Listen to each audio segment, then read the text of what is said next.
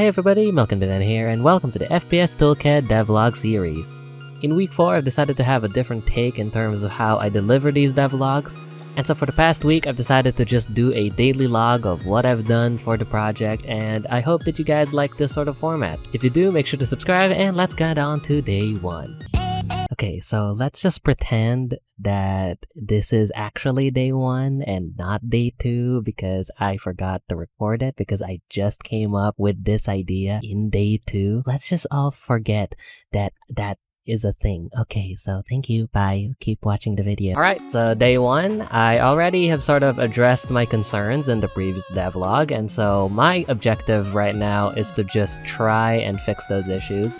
Like for instance, the gravity clamping function, I needed to add that, and that's already there, so there you go. This means that you can limit how fast you're falling, which is, you know, something that you might want for your FPS game. But the big thing that I wanted to accomplish today was the grabbing system, which allows you to grab rigid bodies and sort of pick them up like in Portal. I had this feature in the Godot FPS template, so I figured this is probably one of those basic functions that any FPS game would want. And since I've already made it before, I had a general idea of how to approach this, but since I'm now working with this philosophy where you don't need any extra nodes to make this work, it's a little bit difficult because I now have to work with procedural nodes and all that stuff. Is that what they're even called? Procedural nodes? I don't even know what they're... It's nodes from code that you don't see in the editor. That's what I'm referring to. So basically, I made a variable that has a spring arm in it, and that spring arm has the properties that I want, which by the way, I actually forgot completely how spring arms work, because I didn't know that you needed to set a shape for it to actually function like a spring arm, and I don't even know what the shape does. All I know is that the shape makes it work. Then I added a spatial to the spring arm to grab the end of that spring arm and actually put the object that I want to grab on it. So far that's pretty much it. That is most of what I've implemented today, and now let's move on to day 2.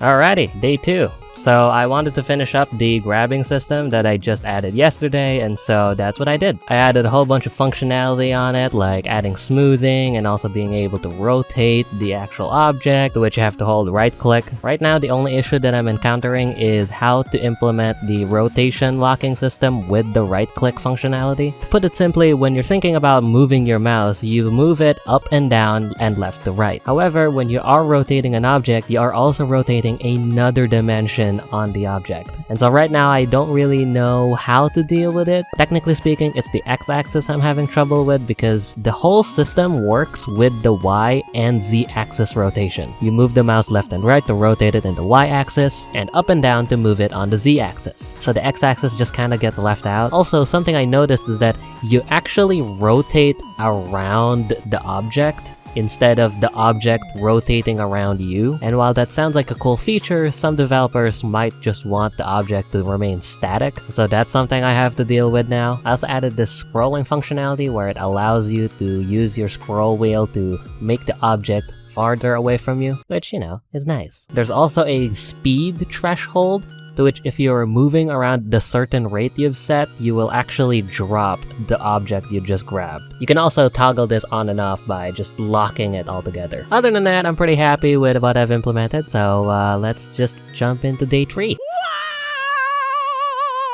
Nope, that's it. That's literally it. I know, this has not really been a very productive week. It's been quite rough for the past few days. I've had a couple issues outside of just the whole development process, just due to a bunch of stuff that happened. And I was working part-time as well, so I really wanted to make sure that I finished it first. So I really wanted this to be that week of just pure development. Just wanted to make sure to get as much progress out of the gate. But it also just sort of makes sense that this is somehow more realistic than probably most devlogs that I've seen on YouTube. I always see in devlogs that they always have so much progress done, and I always feel like I am not doing enough in terms of what I do in the project. And while yes, there is exceptions of course for people who just make devlogs when they're finally finished with the progress they've made, and it takes like a few months just to finish a little bit of progress and then they make a video about it, which also could take months. But in terms of just a a weekly